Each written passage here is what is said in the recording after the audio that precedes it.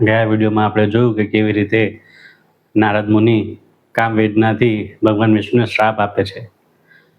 પણ જ્ઞાન થયા પછી નારદ મુનિને ખૂબ પશ્ચાતાપ થાય છે અને સ્વનિંદા કરે છે. ત્યારે ભગવાન વિષ્ણુ નિરંતર અને નિત્ય શિવભક્તિ કરવાનો ઉપદેશ આપે છે. તથા વિષ્ણુ ભગવાન કહે છે કે ભૂતલ પર જે શિવ સ્થાન છે ત્યાં વિચરણ કરો, શિવલિંગની પૂજા કરો અને સતનામ સ્તોત્રના પાઠ કરો અને ત્યાર પછી બ્રહ્મલોક જઈ શિવ તત્વ વિશે પોતાના પિતાશ્રીથી જ્ઞાન પ્રાપ્ત કરો. હવે આપણે જોઈશું કે આગળના અધ્યાયમાં શું થાય છે. જય મહાદેવ. હું છું ડૉક્ટર જય પંડ્યા અને આપ જોઈ રહ્યા છો મારી સાથે મારી ચેનલ જય સનાતન વાણી. વિષ્ણુ ભગવાનનો ઉપદેશ મળ્યો એટલે નારદ મુનિ આ ભૂતલ પર અલગ અલગ તીર્થસ્થાનના વિચરણ કરવા લાગ્યા, અલગ અલગ શિવલિંગના દર્શન કરવા લાગ્યા, પૂજા અર્ચના, ભજન અને નિત્ય શિવ નામ સ્તોત્રના પાઠ કરવા લાગ્યા. આમ કરતાં કરતાં એમનું ચિત્ત શુદ્ધ થયું. જે બે શિવગણ હતા જેમણે નારદ મુનિએ શ્રાપ આપ્યો હતો કે તમે ભલે બ્રાહ્મણના વીર્યથી ઉત્પન્ન થશો, જન્મ લેશો, પણ તમારું આચરણ અને વિચરણ એ રાક્ષસ જેવું હશે, રાક્ષસ સમાન હશે. એટલે એ બે શિવગણને ખ્યાલ આવ્યો કે નારદ મુનિનું ચિત્ત હવે શુદ્ધ થયું છે, શિવ દર્શન કર્યા પછી જ્ઞાનબોધ થયો છે. તેથી તે નારદ મુનિ પાસે આવે છે અને પ્રાર્થના કરે છે, ક્ષમા યાચના કરે છે કે હે મુનિશ્રેષ્ઠ, અમને અમારા અપરાધ માટે ક્ષમા કરો. પણ જે થયું છે શિવની ઈચ્છાથી થયું છે. તમે વિષ્ણુ ભગવાન અને શિવ ભગવાનની ઈચ્છાથી કામમાં મોહિત થયા, એમની માયાને જાળમાં તમે સંકળાયા અને તમે અમને શ્રાપ આપ્યો. એટલે આમ જોવા જઈએ તમારો કોઈ અપરાધ નથી. તેથી તમારો જે શ્રાપ છે ક્યાં તો એ મંદ કરો અથવા મિથ્યા કરો. શ્રાપના નિવારણ આપી અમારા પર અનુગ્રહ કરો. શિવગણો એવું કહે છે કે અમને અમારા કર્મોનું ફળ મળી ચૂક્યું છે, હવે મારા ઉપર દયા કરો. ત્યારે મુનિ શિરોમણી નારદ મુનિ એવું કહે છે કે એકવાર શ્રાપ આપ્યો પછી એ પાછો લેવાય નહીં. અને તમારી વાત સાચી છે કે હું શિવ અને વિષ્ણુની માયામાં મોહિત થઈ, કામમાં મોહિત થઈ તમને શ્રાપ આપ્યો. તમે તો શિવગણ છો એટલે તમારું સ્થાન તો બહુ ઊંચું છે. સત્પુરુષો માટે પણ તમે પૂજન કરવા યોગ્ય છો. એટલે નારદ મુનિ એવું કહે છે કે ભલે શ્રાપ મિથ્યા ન થાય પણ શાપોદ્ધારનો માર્ગ અવશ્ય બતાવીશ. નારદ મુનિ એવું કહે છે કે તમે બંને શિવગણ મુનિવર વિશ્વને ત્યાં જન્મ લેશો. વિશ્વ મુનિ ખૂબ પ્રખ્યાત અને ખૂબ મહાન તેજસ્વી મુનિ છે. તમારું નામ રાવણ અને કુંભકર્ણ હશે અને તમે ચારે દિશામાં પ્રખ્યાત થશો. તમે વૈભવથી યુક્ત, અતિ બળવાન અને તેનાથી પણ પરમ શિવભક્ત થશો. તમે વિષ્ણુ ભગવાનના માનવ અવતારના હાથે મૃત્યુ પામશો અને આ શાપમાંથી મુક્ત થશો. તમે પોતપોતાના પદ ઉપર ત્યારબાદ પ્રતિષ્ઠિત થશો. આમ નારદ મુનિ એમને શાપોદ્ધારનો માર્ગ બતાવે છે.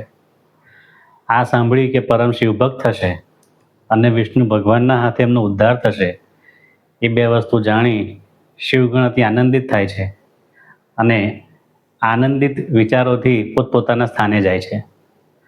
આ બાજુ ભૂતલ પર અલગ અલગ શિવલિંગના દર્શન કર્યા બાદ નારદ મુનિ કાશી વિશ્વનાથ પહોંચે છે.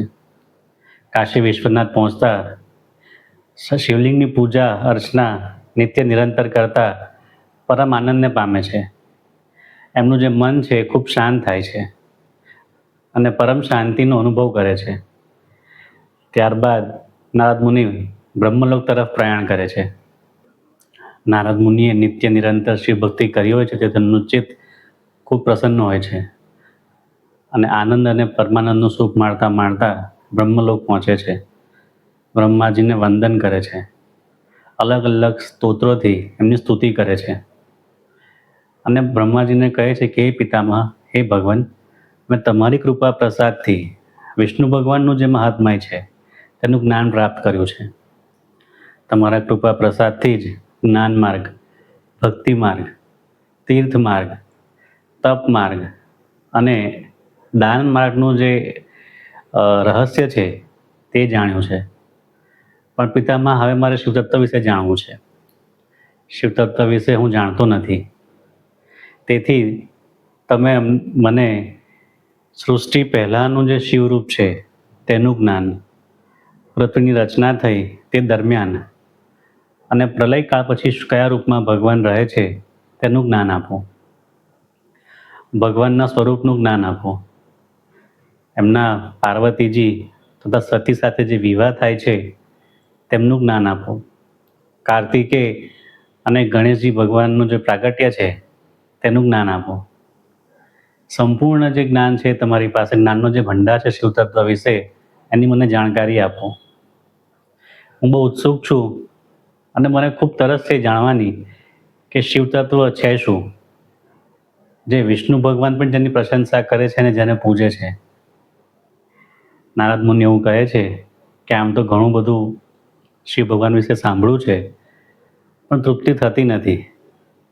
તેથી મને ઊંડાણમાં અને સંપૂર્ણ રીતે શિવ તત્વનું જ્ઞાન આપો. આ બાજુ બ્રહ્માજીને ખૂબ આનંદ થાય છે, કારણ કે એમના જે પુત્ર છે નારદ મુનિ, એમને આ ઈચ્છા થઈ કે શિવ તત્વ વિશે જ્ઞાન મેળવે. આપણે જાણીએ છીએ કે જો પુત્ર કોઈ સારું કામ કરે તો સૌથી વધારે આનંદ પિતાને થતો હોય છે. તેથી બ્રહ્માજીને ખૂબ આનંદ થાય છે કે એક સારો વિચાર કે શિવ તત્વ વિશે જાણકારી મેળવવી છે, જ્ઞાન મેળવવું છે, એ ખૂબ ઊંચા સ્તરે નારદ મુનિને મૂકે છે.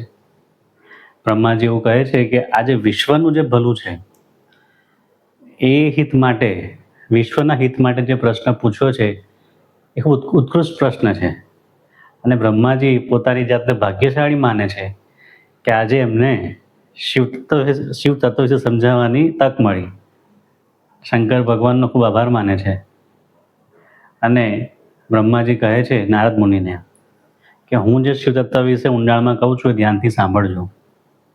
કે એક સમયે જ્યારે આ ચરાચર સૃષ્ટિનો નાશ થયો, પ્રલય થયો, ત્યારે ચારે તરફ ફક્ત અંધકાર હતો.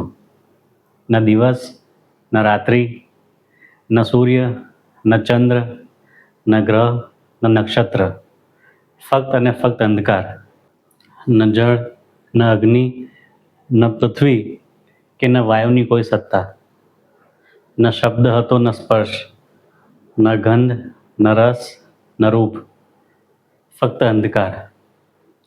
એ સમયે તત્સત બ્રહ્મ એટલે જે ભગવાનનું નિર્વિકાર રૂપ છે, એમાં જે સત છે ફક્ત એ જ સંભળાય છે. હવે સત કેવું છે, એ સત્ય કેવું છે, તેનું વિવરણ શ્રુતિ પણ આપી શકે તેમ નથી. કે આ બ્રહ્માંડમાં બીજું કોઈ પણ એ કેવું હતું, ક્યાંથી હતું, એનું વિશેષ વિવરણ કોઈ આપી શકે તેમ નથી. ફક્ત હતું, એ સત્ય હતું તે જ કહી શકાય. ચારે ઓર અંધકાર, શૂન્ય હતું અને વિવરણ આપી શકાય તેમ નહોતું, કારણ કે ન દીર્ઘ હતું, ન સ્થૂળ હતું, ન સૂક્ષ્મ હતું, ન લઘુ. બસ એક સત્ય હતું જે છે, રહેશે. પણ એ જે સ્વરૂપ હતું એ નિર્વિકાર હતું, આધાર રહિત હતું, અનંત હતું, અનાદિ, પરમાનંદ સ્વરૂપ, જ્ઞાન સ્વરૂપ, ચિન્મય સ્વરૂપ અને અતુલનીય એવું સ્વરૂપ બીજું કોઈનું હતું નહીં. સમય આવે છે, સૃષ્ટિની રચનાનો પ્રારંભ થવાનો હોય છે, ત્યારે આ ભગવાનના નિર્વિકાર સ્વરૂપને જે અદ્વિતીય હતું તેને દ્વિતીય થવાની ઈચ્છા થઈ. ત્યારબાદ આ જે નિર્વિકાર સ્વરૂપ છે ભગવાનનું, જેનું પ્રતીક શિવલિંગ છે, એટલે શિવલિંગનું મહાત્મય ખૂબ છે, કારણ કે શિવલિંગ મોક્ષ પ્રદાયક છે, જ્યારે મૂર્તિ સ્વરૂપ ભોગ પ્રદાયક હોય છે. એટલે આ જે નિર્વિકાર સ્વરૂપ હતું એને દ્વિતીય થવાની ઈચ્છા થઈ. એટલે એ નિર્વિકાર રૂપમાંથી જે આકાર સ્વરૂપમાં આવે છે એમને આપણે ભગવાન સદાશિવ તરીકે જાણીએ છીએ, એમને પૂજીએ છીએ, એમને ભજીએ છીએ. તો ભગવાન સદાશિવ પરમ પુરુષ, ઈશ્વર, શિવ, શંભુ અને મહેશ્વર છે. તેમના મસ્તક ઉપર પવિત્ર આકાશગંગા બિરાજમાન છે અને ભાલ દેશમાં ચંદ્રમાં શોભાયમાન છે. તેમના 5 મુખ છે અને પ્રત્યેક મુખમાં 3 દિવ્ય નેત્ર સુશોભિત છે. તેમની 10 ભુજાઓ છે. તેમનું વર્ણ કપૂર સમાન ગૌર છે અને તેઓ ત્રિશુલધારી છે. તેમણે પોતાના સર્વ અંગોમાં પવિત્ર ભસ્મ ધારણ કરી છે અને તેમનું ચિત્ત સદાય પ્રસન્ન રહે છે. એક સમયે એકાકી રહીને સ્વેચ્છા અનુસાર ભગવાન સદાશિવે પોતાના વિગ્રહમાંથી શક્તિની સૃષ્ટિ કરી. એ પરાશક્તિ પ્રધાન, પ્રકૃતિ, ગુણવતી, માયા, બુદ્ધિ તત્વની જનની તથા વિકાર રહિત છે. આ શક્તિને અંબિકા અને મહેશ્વરી તરીકે ઓળખવામાં આવે છે. આ શક્તિને 8 ભુજા છે, જેમાં વિવિધ પ્રકારના અસ્ત્ર શસ્ત્ર સુશોભિત છે. વિવિધ પ્રકારના આભૂષણો, કમળ સમાન વિશાળ અને મનોહર નેત્ર ધરાવનાર તથા જેમનું મુખમંડળ કરોડો પ્રજ્વલિત ચંદ્રમાં સમાન તેજસ્વી છે. આ દિવ્ય શક્તિને આપણે આદિશક્તિ તરીકે પણ જાણીએ છીએ. શક્તિ ભગવાન શિવના અંગથી ક્યારેય અલગ થનારી નહોતી. તેથી ભગવાન શિવનું અર્ધનારીશ્વર સ્વરૂપ પુરુષ અને પ્રકૃતિના અભિન્ન એકત્વનું પ્રતીક માનવામાં આવે છે. આ દિવ્ય સ્વરૂપ અત્યંત પવિત્ર અને પૂજનીય છે. સમય જતાં શિવ અને શિવાએ એક નગરની રચના કરી, જેને શિવલોક કહેવામાં આવ્યું. આજે આપણે એ નગરને કાશીનગર તરીકે ઓળખીએ છીએ, પ્રખ્યાત છે. એટલે જ્યારે ભગવાને રચના કરી કાશીનગરીની, ત્યારે એમનો હેતુ આનંદનો હતો. તેથી શંકર ભગવાને સૌ પ્રથમ નામ કાશીનું આનંદવન રાખ્યું હતું.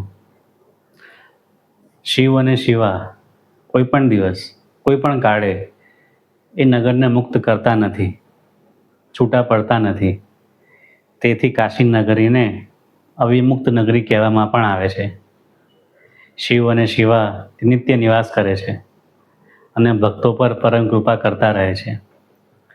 જ્યારે પ્રલય આવે છે ત્યારે પણ ભગવાન કાશી નગરીને પોતાના ત્રિશુલ ઉપર ઉઠાવી લે છે.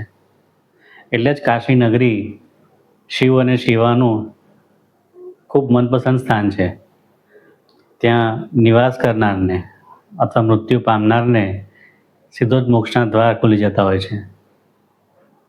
આપણે કહીએ છીએ ને કે સુરતનું જમણ અને કાશીનું મરણ એવું કંઈ નહીં. તો આ છે કાશીનગરીનું મહાત્મય. આ વિડીયોમાં આપણે જોયું કે બ્રહ્માજી કેવી રીતે સદાશિવ ભગવાન અને મા અંબિકાના સ્વરૂપનું વર્ણન કરે છે. આવતા વિડીયોમાં આપણે જોઈશું કે સદાશિવ ભગવાન અને મા અંબિકા વિષ્ણુ ભગવાનનું પ્રાગટ્ય કેવી રીતે કરે છે. બ્રહ્માજીનું પ્રાગટ્ય જોઈશું અને ટૂંકમાં તેમના વચ્ચેનો જે વિવાદ થાય છે બ્રહ્મા અને વિષ્ણુનો, તે વિશે જાણશું. તો આ વિડીયોને લાઈક કરો, શેર કરો, ચેનલને સબસ્ક્રાઈબ કરો અને કમેન્ટમાં હર હર મહાદેવ ચોક્કસથી લખજો. જય મહાદેવ.